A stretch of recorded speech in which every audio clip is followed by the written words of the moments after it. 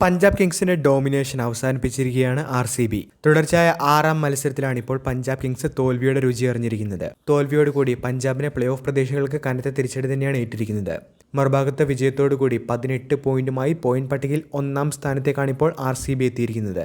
മത്സരത്തിന് ചെറിയൊരു വിശകലനവും പോയിന്റ് പട്ടികയുടെ കറന്റ് സ്റ്റാറ്റസുമാണ് വീഡിയോയിലൂടെ നിങ്ങളുമായി പങ്കുവയ്ക്കുന്നത്.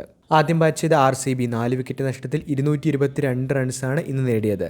ഹാഫ് സെഞ്ചുറിയുമായി വിരാട് കോഹ്ലിയും 45 റൺസുമായി ദേവദത്ത് പടിക്കലും RCBയുടെ ഇന്നിംഗ്സിന് അടിത്തറ നൽകിയപ്പോൾ വെങ്കിടേഷ് അയ്യരുടെ 73 റൺസിന്റെ പിൻബലമാണ് RCBയുടെ സ്കോറിന് 200 കടത്തിയത്. അവസാന ഓവറുകളിൽ ടിം ഡേവിഡും തകർപ്പൻ അടികളുമായി രംഗത്തെത്തിയപ്പോൾ 223 റൺസ് എന്ന വിജയലക്ഷ്യമാണ് പഞ്ചാബിന് മുൻപിൽ RCB ഉയർത്തിയത്.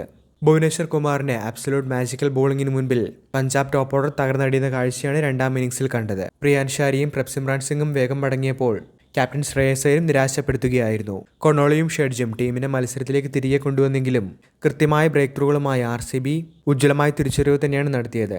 ഇമ്പാക്ട് പ്ലെയറായെത്തിയ മാർക്കസ് സ്റ്റോയിനിസും ഇന്നിംഗ്സിന്റെ അവസാനം ശശാങ്ക് സിംഗും പൊരുതി നോക്കിയെങ്കിലും വിജയലക്ഷ്യം പഞ്ചാബിനെ സംബന്ധിച്ച് കൈയെത്തിപ്പിടിക്കാവുന്നതിനും അപ്പുറത്തായി മാറുകയായിരുന്നു. തോൽവിയോടുകൂടി പഞ്ചാബിന്റെ പ്ലേ ഓഫ് പ്രതീക്ഷകൾ ഏറെക്കുറെ അവസാനിച്ചിരിക്കുന്നു എന്ന് തന്നെ പറയാം. കാരണം നിലവിൽ 13 മത്സരങ്ങളിൽ 13 പോയിന്റുമായി പോയിന്റ് പട്ടികയിൽ 4ാം സ്ഥാനത്താണ് പഞ്ചാബ്. 13 മത്സരങ്ങളിൽ 18 പോയിന്റുമായി പോയിന്റ് പട്ടികയിൽ 1ാം സ്ഥാനത്താണ് RCB ഉള്ളത്. 16 പോയിന്റുമായി ഗുജറാത്ത് 2ാം സ്ഥാനത്തുള്ളപ്പോൾ 14 പോയിന്റുള്ള SRH ആണ് 3ാം സ്ഥാനത്ത്. അതേസമയം ഇന്ന് പഞ്ചാബ് തോറ്റതോടുകൂടി രാജസ്ഥാൻ CSK ടീമുകളെ സംബന്ധിച്ച് ഇതൊരു ലോട്ടറിയായി തന്നെ മാറിയിരിക്കുകയാണ്. ഇവിടെ ഏറ്റവും അഡ്വാൻറ്റേജ് ലഭിക്കുക രാജസ്ഥാൻ ടീമിനാകുമ്പോൾ ഇനിയുള്ള 2 മത്സരങ്ങൾ മികച്ച രീതിയിൽ തന്നെ വിജയിച്ചാൽ CSKയെ സംബന്ധിച്ചും പ്ലേ ഓഫ് പ്രതീക്ഷകൾ സജീവമായി തന്നെ നിലനിൽക്കുന്നുണ്ട്.